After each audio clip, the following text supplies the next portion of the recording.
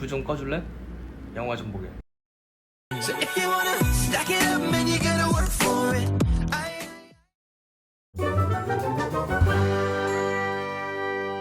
밖에서 열심히 일하고 집에 오면 시원한 음료 하나 들고 거실에 딱 앉아서 영화나 드라마 딱 틀어놓으면 스트레스가 확 풀리죠. 게다가 요즘 유튜브서부터 시작해서 넷플릭스나 왓챠, 티빙 등 콘텐츠들을 손쉽게 즐길 수 있으니 진짜 이만한 세상이 없는 것 같습니다. 영화 매니아나 해외 드라마 팬들이라면 요즘 잠잘 시간이 거의 없을 정도예요. 특히 영화를 정말 좋아하는 시네필이라면 나의 버킷리스트에 하나 꼭 들어가는 게 있죠. 바로 나만의 영화관. 하지만 이게 쉽지는 않습니다. 화면은 컸으면 좋겠는데 요즘 출시하는 스마트 TV들은 가성비 이런 것 따지면 50에서 60인치 사이 제품들이 가장 좋긴 하지만 영화 보기에는 조금 아쉬운 크기긴 하고, 그래서 더 커지면 가격이 발목을 잡고 조금만 볼만한 거 고르면 가격이 300만 원 이상은 훌쩍 넘어가죠. 더 저렴한 가격에 화면 사이즈를 확 늘려서 즐길 수 있는 방법 어디 없을까요? 있습니다. 바로 빔 프로젝터가 그 녀석이죠. 하지만 빔 프로젝터 이거 뭘 사야 할지 참 막막하기만 합니다. 뭘 봐야 할지도 모르겠고 전시장도 딱히 많지 않고 설치하려고 하면 또 스크린도 사야 하지, 여기에 화면 밝기는 또 뭐가 뭔지도 모르겠고, 또 우리 집 사이즈에 꼭 맞는 녀석이었으면 참 좋겠는데 그런 건 또 잘 모르겠고, 이럴 바에는 그냥 남들 다 사는 TV나 사자, 이게 우리가 생각하는 사고의 흐름이에요.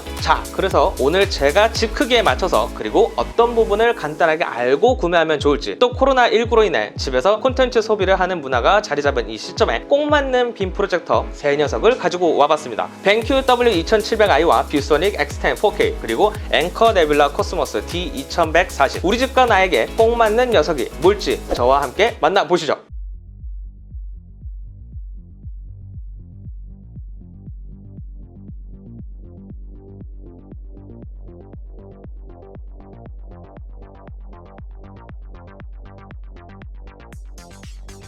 이 세 녀석들은 사이즈도 조금씩 다르고 성능도 조금씩 차이가 있습니다. 빔 프로젝터니까 빛을 쓰는 방식들도 조금씩 차이가 있고요. 여기에 빔 프로젝터의 가장 중요한 역할을 하는 밝기 차이가 있어요. 우선 밝기부터 보면 벤큐 W2700i는 최대 2000안시 루멘, 뷰소닉 X10 4K는 2400 LED 루멘, 그리고 앵커 네뷸라 코스모스는 900안시 루멘을 보입니다. 숫자만 보면 뭐 높은 게 당연히 좋을 거다, 누구나 그렇게 생각할 거예요. 그런데 자세히 또 보면 조금 차이가 있습니다. 안시 루멘? 루멘?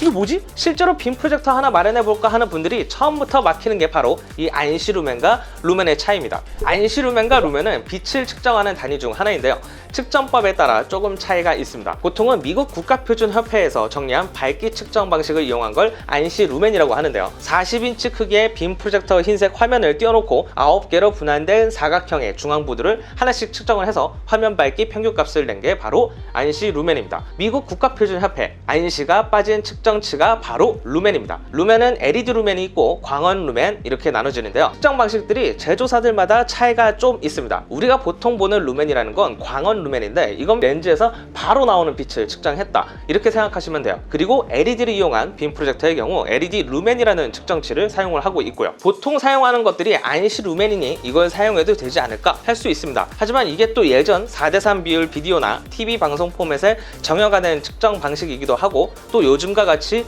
LED를 활용한 빔 프로젝터들이 조금씩 등장하는 추세이기 때문에 지금 측정치를 바꿔야 하지 않냐 이런 이야기도 업계에서는 나오고 있습니다. 하지만 지금까지 나오는 빔 프로젝터들이 안시 루멘 측정치를 기준으로 많이 하고 있으니 이것도 뭐 고려해볼 대상이기도 하죠. 자, 벤큐와 앵커 네뷸라 코스모스는 각각 2000안시 루멘, 900안시 루멘 정도를 보이고 있습니다. 하지만 뷰소닉 제품은 2400 LED 루멘이죠. 숫자가 두 제품보다 높지만 그래도 이것도 안시 루멘으로 변환을 해보면 조금 더 낮은 수치를 보입니다. 지난 3월 초 벤큐 연구소에서 발간한 자료에 따르면 안시 루멘 측정치의 약 2.4배 높은 수치가 LED 루멘이라고 설명을 했는데요, 이 수치를 보면 100안시 루멘이 약 240 LED 루멘, 그러니까 2400 LED 루멘을 가진 뷰소닉 X10 4K는 약 1000안시 루멘 정도 밝기를 갖췄다 이렇게 생각하시면 될 거예요. 요즘 이런 빔 프로젝터들이 가정집에 TV들을 몰아내고 설치하는 사람들이 늘어나면서 사용성 면에서도 대폭 업그레이드 됐습니다. 요즘 우리들이 주로 사용하는 스마트폰 운영체제와 비슷한 안드로이드 TV OS를 내장해서 콘텐츠를 더 쉽게 즐길 수 있게 됐어요. 세 제품 모두 안드로이드 TV OS가 기본 설치되어 있습니다. 이전에는 빔 프로젝터들이 HDMI 케이블을 노트북이나 콘솔에 연결을 해서 사용하지 않으면 아예 이용할 수가 없었는데, 이제는 자체 운영체제가 설치되어 있어서 영상 콘텐츠를 PC 없이 리모컨 하나로 즐길 수 있는 거예요.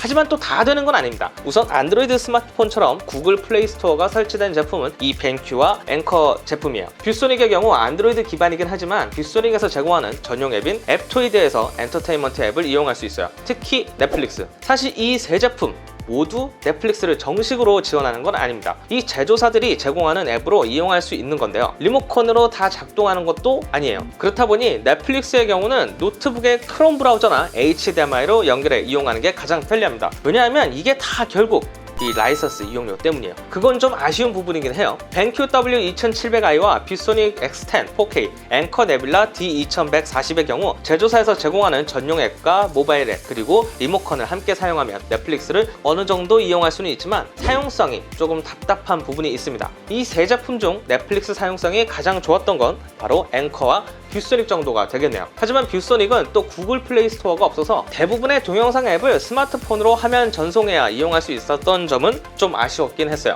자, 화면 밝기와 투사 방식 그리고 안드로이드 TV가 들어간 기기들을 잘 살펴보고 골라야 할 겁니다. 오늘 앞서 나온 이 세 녀석들은 각기 다른 개성들을 가지고 있는데요. 우선 MG세대라고 불리는 이들이 원룸이나 투룸에 거주할 때 나에게 꼭 맞는 빔 프로젝터를 만약에 찾는다. 바로 앵커 네뷸라 코스모스 스마트 빔 프로젝터 D2140을 추천드립니다. 가격도 100만원이 안 되는 가격인데다가 0.8m 짧은 거리에 최소 30인치가량 되는 크기부터 3.15m에 125인치 큰 화면을 누릴 수 있어요. 성인 남자 2명도 안 되는 거리만 있으면 100인치 정도 되는 큰 화면으로 영화를 볼 수 있는 거예요. 안드로이드 TV 앱도 상당히 편리한 데다가 리모컨도 사용하기 좋습니다. 여기에 2개의 10W 스피커가 360도 서라운드 사운드를 제공하기 때문에 영화를 볼 때 정말 몰입감을 더 높여줘요. 그리고 마지막으로 에어플레이도 지원을 해서 아이폰이나 아이패드 화면을 전송할 수 있고요. 또 2kg이 채 되지 않는 가벼운 무게는 친구들과 홈파티를 할 때 간단히 설치해서 사용할 수 있으니까 또 이만한 게 없습니다.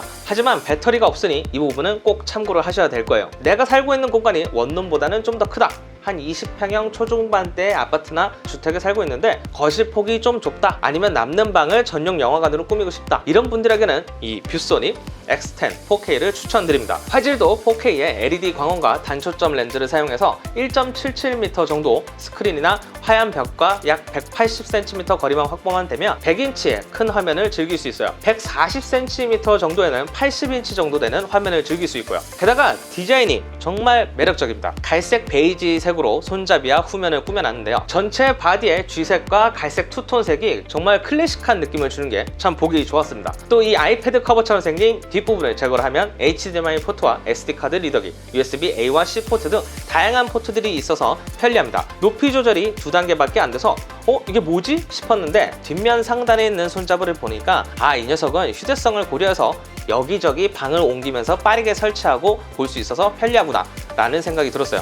20평형에서 30평형 그 이상의 공간을 가진 아파트나 주택에 살고 계신다. 거실 폭이 넓고 전용방도 좀 큰 편이다. 여기에 거실에 TV 없이 평소에는 깔끔하게 있으면서 낮밤 안 가리고 언제든지 영화나 드라마를 즐기고 싶다는 분들은 이 벤큐 W2700i 빔 프로젝터를 추천드립니다. 앞서 설명한 세 제품 중 안시루멘 기준으로 가장 밝은 편인 2000 안시루멘 렌즈 밝기에 4K급 해상도를 갖췄어요. DLP 프로젝터이다 보니까 명암비도 3만대1 수준으로 몰입감도 상당합니다. 스크린과 2.5m 거리만 확보만 되면 100인치의 화면 크기로 영상을 즐길 수 있고요. 또 공장에서 출하되면서 색상 보정 레포트를 제공하는 등 품질에 최대한 신경을 썼을 뿐만 아니라 다크 시네마 모드를 별도 제공하기 때문에 암막 커튼으로 실내를 어둡게 하면 극장이 정말 따로 없을 정도입니다.